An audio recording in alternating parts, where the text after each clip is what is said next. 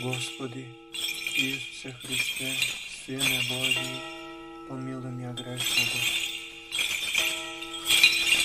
Vedno, pošto se žive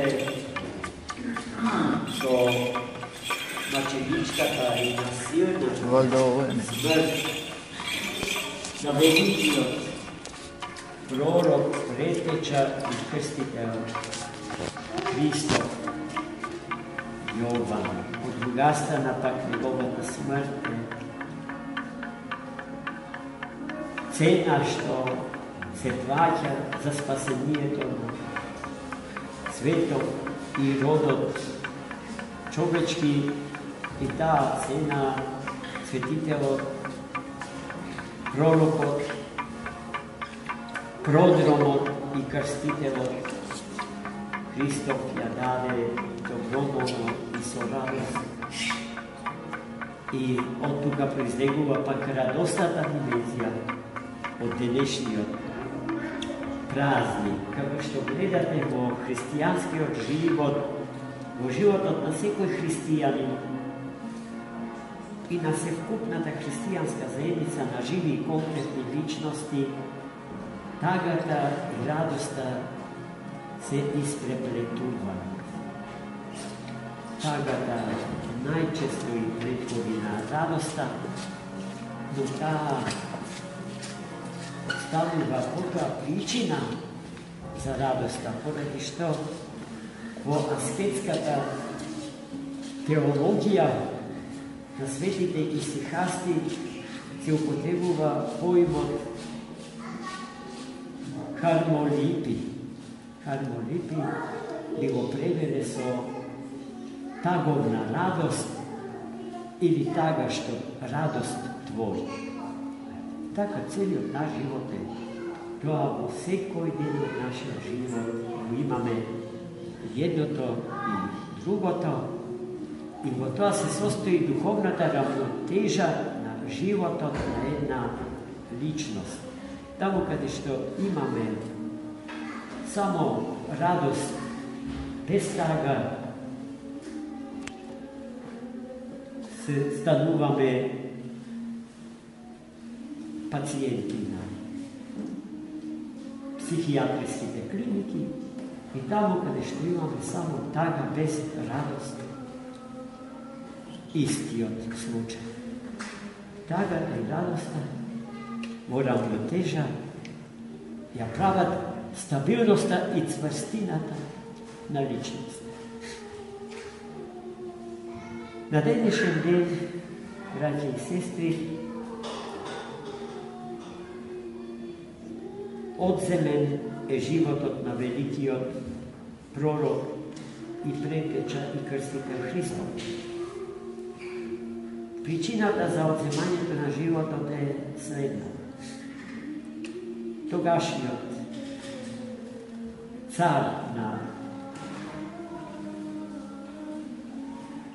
Галилеја, Ирод, стапил во брак со законитата сопруга на неговиот роден брат Филип. А неговиот роден брат Филип бил се уште жив кога тоа се случи. Но до тогаш бил во брак со керката на арапскиот цар Арет. За да стапи во брак со Иродијада, жената на брата му Филипа, тој го раскинал бракот со царската керка и влегол во непријателски односи со таа земја, која што ги чекала своите 5 минути за одмазда.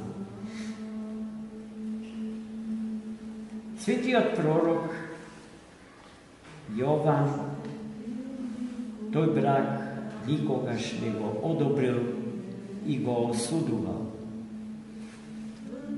Ја осудувал постапката на царот Ирод и овој Zaradi toga ne može da go smisli Sveti Jovan i to je čekal pogoden čas da mu se osveti i to so odzemanje na život. Makar da, po suštinu, to je sakal da go sluša. Da ja slušam vseka beseda na Sveti Jovan, preteča njegovite čudesni, božestveno inspirirani pouki, karanja i blagoslova. Glaven inspirator za ubistvo to na Sveti Jovan bila Irodijada, njegova žena na Filipa, a сега na Iroda. Kritikite što svetite odvidavao za to je brak, da ne moževa da gi podnese. I povek je od site i čekala svojite 5 minuti. I ti je došao na den od rodenjenog na Iroda, koga kralski odbor bile sobrani site vodečke ličnosti na državata i bila podgotvena bogata trpeza za site. Na scenata za igranje i veseljenje na gostite nastapila kerkata na Irodijada i Filip Salom. I ta igrala očigledno fantastično i sa svoja igra go zanjela kralov caru Tiro, ko što vek je dosta ispio i podesno na alkoholu, zadovoljen od igrata na Saloma, što ta završila, ja povikala i pred site ja ispohvalju i zablagodarju i ja prašao što saka za vozvrat da ji dade. Bil spremen vednaš v toj moment, da ji ja dade polovinata od njegovото carstva. No ta ništo od toga ne posaka. Najprvo se sobetuvala su njezinata majka Irodijada, koja što vednaš od kekata pobarala, da ja pobara glavata na Sveti Jovan. A Sveti Jovan bil zatočen od caru Tiro, tokmu zaradi žestokite kritiki, što mu ki dala.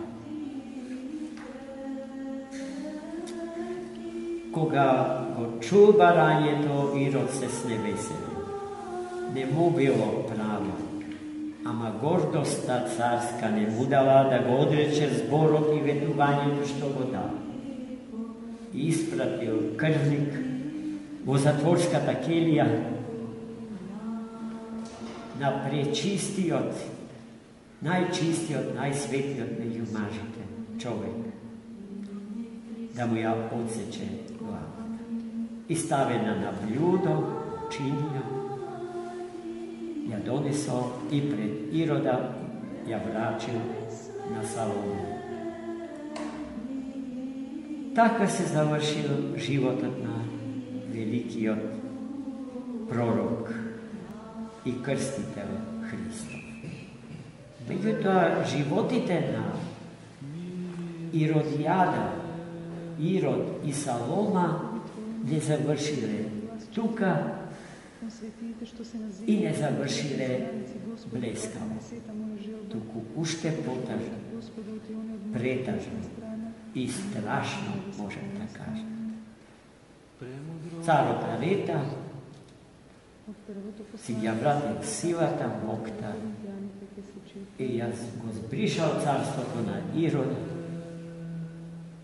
i odjozeo životite na Iroda i Irodijada, a kerkata Saloma ja protjeral najprvo Galija, segašna Francija, a potom Špan. Preojajki ja rekata Sula po Španija, rekata zamrznala, и мразот на реката и ја отсекол главата на Савол.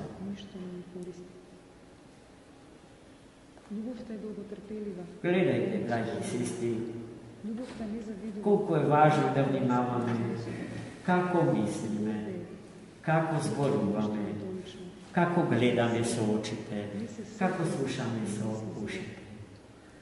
И најповажно од се, како действува. Зашто? Затоа важи библиската поента. Што ќе пожнеш, што ќе посееш, тоа ќе пожнеш. Ако сееме добро, добро ќе пожнеме. Народот наш, поучен од Евангелието, знае дека доброто никогаш не загинува. Фрли го во бунар и ќе го најдеш. Тоа секогаш многукратно ти се враќа. Злото ни се враќа со зло. И за толку пострашно од она што самите сме го починили. Зато треба целиот наш живот, секој ден од нашиот живот, будно да живееме. Она што пак светите исихасти го кажува за улогата и функцијата на умот. Умот како стражар над срцето, а срцето како вулкан во постојани ерупции, креативни ерупции. Цели срцето огнено, со огнени јазици, ја инспирира креацијата во животот на човекот. А и тие вулкански ерупции на срцето треба да бидат под контролата на умот. Не смее умот да ја спечали жештината на срцето. Тогаш човекот ќе се изгуби себе си. Умот пак наспроти срцето е леден, студен, наблюдувач на она што се случува во срцето. И не погрешив селектор на тоа што е добро и на тоа што е зло, а родено во срцето наше.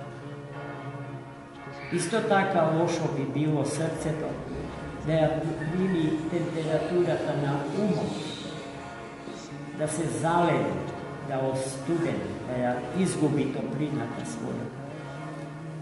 И тогаш имаме загуба на личност, загуба на живот.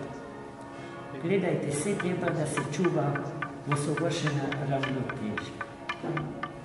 Тагата, радоста, доброто. Човекот, механизмот за печалење и умножување на добрите содржини во животот и способноста на човекот да ги препознава против природните содржини и да ги открива. Во истото време, кога ќе ги насети, кога ќе ги открива. Будниот ум ја има токму таа функција. Затоа умот наш треба да го чуваме во здравје, а срцата наше во чистота. Амин. Ще го пуша раце.